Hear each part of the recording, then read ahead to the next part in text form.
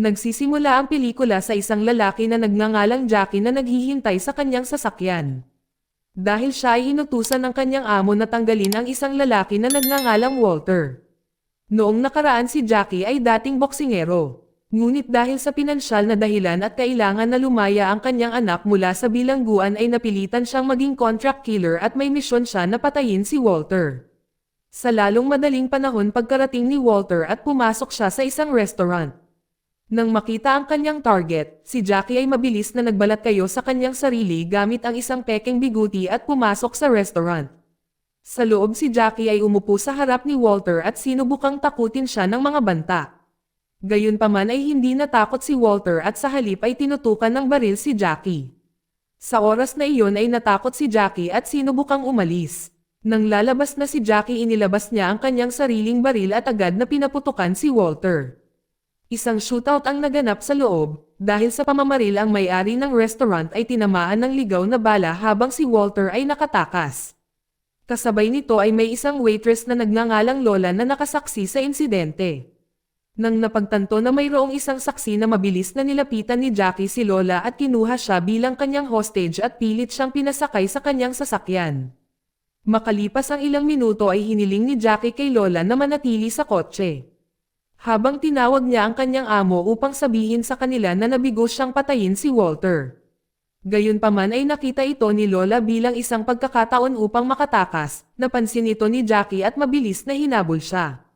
Naabutan niya ito at medyo nagpumiglas si Lola. Sa huli ay nagawa ni Jackie na pakalmayan si Lola at nangakong hindi niya ito sasaktan dahil hindi naman siya masamang tao. Matapos marinig, nagsimulang kumalma si Lola. Ipinaliwanag ni Jackie ang lahat sa kanya at sinabing naging hitman siya dahil kailangan niya ng maraming pera para mailabas ang kanyang anak sa bilangguan. Dahil naniniwala si Jackie na walang kasalanan ang kanyang anak at ito ay pinagbintangan lamang. Dahil nabigo si Jackie na patayin si Walter, nabigo din siyang makuha ang pera na kailangan niya. Matapos marinig ito, naniniwala si Lola na hindi masamang tao si Jackie. Pagkatapos ay niyaya niya si Jackie na pumunta sa kanyang bahay. Dahil mayroon siyang solusyon sa lahat ng kanyang mga problema, pumayag naman si Jackie. Pagdating sa bahay ni Lola, siya pala ay anak ng isang mayamang balo. Ngunit pinili niyang mamuhay ng simpleng buhay. At nagtrabaho bilang waitress sa isang restaurant. Ipinaliwanag ni Lola na ang kanyang ina ay may matinding sakit at nasa ospital. Hindi siya binigyan ng kanyang ina ng anumang mana, maliban na lang kung may asawa siya. Kaya pinakiusapan ni Lola si Jackie na magpanggap na fiancé niya sa paraang ito ay maniniwala ang kanyang ina na ikakasal na siya at ibigay sa kanya ang mana. Doon nangako si Lola na ibabahagi niya ang pera kay Jackie kung gagana ang plano nila. Dahil dito agad namang pumayag si Jackie at nagpasya sila para bisitahin ang ina ni Lola sa hospital kinabukasan, pero kailangan muna nilang magpahinga. Samantala ang boss ni Jackie na si Dom ay nagsusumbong sa kanyang sariling amo na si Polly, sa pagkabigo ni Jackie na tapusin si Walter.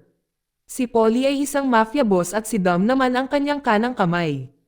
Sa mga oras na iyon ay hindi natuwa si Polly nang marinig ang tungkol sa pagkabigo ni Jackie at inutusan si Dom na patayin si Walter. Sa halip ay gusto rin ni Polly na hulihin ni Dom si Jackie at dalhin siya. Dahil natakot si Polly na baka pumunta si Jackie sa pulis. Kinabukasan ay binisita ni Jackie at Lola ang kanyang ina sa hospital. Si Lola ay kumilos na para bang si Jackie ang kanyang fiancé at sinabi sa kanyang ina na magpakasal na sila sa lalong madaling panahon. Umaasa siya na ibibigay sa kanya ng kanyang ina ang mana. Ngunit hindi ito pinaniwalaan ng kanyang ina. Sinabi niya na ibibigay lamang niya ang mana kung si Lola at Jackie ay legal na ikinasal. Si Jackie saka sinabi ang katotohanan. Ipinaliwanag niya na kailangan niya ng mabilis na pera upang mapalaya ang kanyang anak mula sa bilangguan. Ngunit tiniyak sa ina ni Lola na siya ay tunay na mamahalin si Lola at papakasalan siya nito pagkatapos na mapalaya ang kanyang anak. Sa hindi inaasahan ay pumayag ang ina ni Lola sa gusto ni Jackie. Tuwang-tuwa si Jackie nang marinig ito at agad na naghanap ng abogado para tumulong sa pagpapalabas ng kanyang anak. Ang eksena ay lumipat kay Polly na pinapagalitan si Dom. Galit na galit si Polly dahil hindi pa rin nagawang patayin ni Dom si Walter. Dahil dito nagpasya si Polly na siya na mismo ang tatapos kay Walter at si Dom naman ang bahala kay Jackie. Noong gabing iyon ay nanunuluyan sina Jackie at Lola sa isang motel. Si Lola ay malalim na nag-iisip tungkol sa kanyang ina at ang sinabi ni Jackie kanina tungkol sa pagpapakasal sa kanya. Hindi siya sigurado kung si Jackie ay talagang mahal siya at magpapakasal sa kanya dahil nagkita lang sila kahapon. Samantala binisita ni Polly si Walter sa kanyang ranch, napag-alaman na inutusan ni Polly sina Dom at Jackie na patayin si Walter dahil may utang si Walter kay Polly at patuloy siyang umiiwas sa pagbabayad nito. Kahit ngayon ay sinabihan ni Walter si Polly na umalis dahil wala pa rin siyang pera. Pinamamahalaan ni Polly na kontrolin ang kanyang galit at umalis sa pagpaplanong harapin si Walter sa kanyang sariling paraan. Sa kabilang banda ay ipinakita si Jackie na nagbibilad sa araw sa harap ng motel. Pagkaraan ng ilang sandali ay bumalik siya sa kanyang silid upang tawagan ang abogado na kanyang kinuha. Habang nasa telepono ay nakarinig siya ng isang katok sa pinto nang buksan niya ito ay biglang sumulpat ang isang lalaki at sinimulan siyang bugbugin at ang lalaking ito ay si Dom. Pagkatapos ay sumiklab ang santukan sa pagitan nila.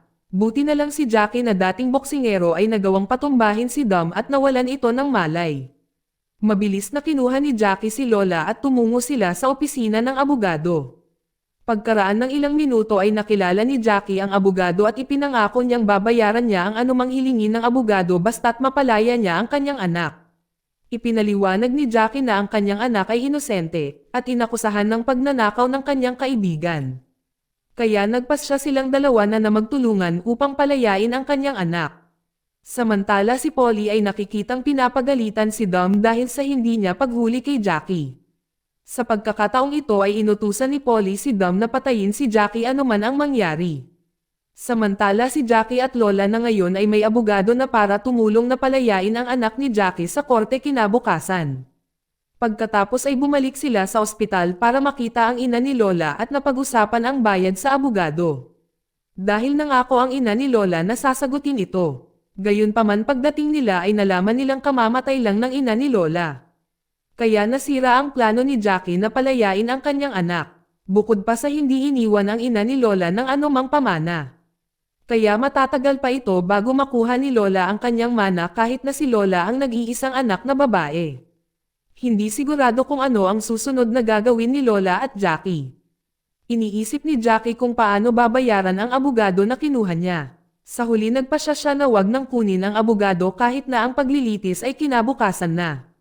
Kinabukasan ay pumunta si Jackie sa paglilitis ng kanyang anak na mag-isa. Nagpasya siyang magpanggap bilang isang abogado upang tulungan ang kanyang anak.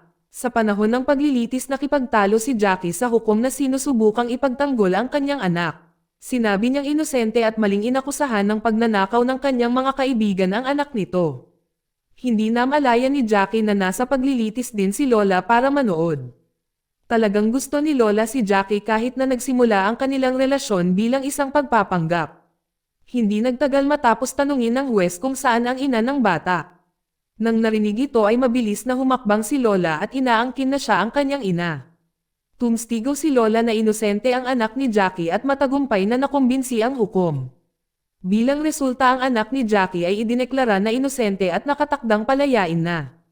Sobrang saya ni Lola at iniuwi ni Jackie ang kanyang anak sakay ng kotse. Malinaw na mahal talaga ni Jackie si Lola at napagdesisyonan nilang manirahan at magsimula ng bagong buhay. Habang sina Polly at ang kanyang mga tauhan ay inatake ang farm ni Walter. Pagkatapos ay nangyari ang isang pamamaril na naiwan lamang sina Polly at Walter na buhay. Makalipas ang ilang minuto ay dumating ang mga pulis matapos marinig ang kaguluhan sa bukid. Si Walter ay nakahinga ng maluwag sa pag-aakalang ililigtas siya ng mga pulis. Napagtanto ni Polly na hindi niya kayang labanan ang mga pulis kaya nagpasya siyang sumuko. Ngunit biglang lumitaw si Walter sa bintana na may hawak na baril at inaakala ng mga pulis na si Walter ay isang banta kaya naman ay binaril siya. Pagkatapos ay namatay si Walter, at si Polly ay naaresto na nagbitiw sa kanyang sarili upang madala siya ng mga pulis. Ang eksena ay lumipat kay Lola, Jackie at sa kanyang anak na nasa biyahe. Nang biglang ang kanilang sasakyan ay hinampas mula sa likuran ni Dom na gusto pang tapusin si Jackie.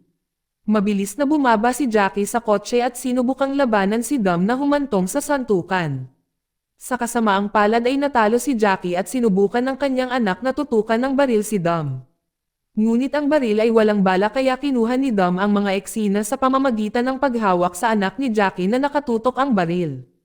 Kahit na nahihirapan si Jackie ay hindi siya sumuko at bumangon siya at nakiusap kay Dom na barilin siya. Na humiling kay Dom na huwag saktan ang kanyang anak o si Lola.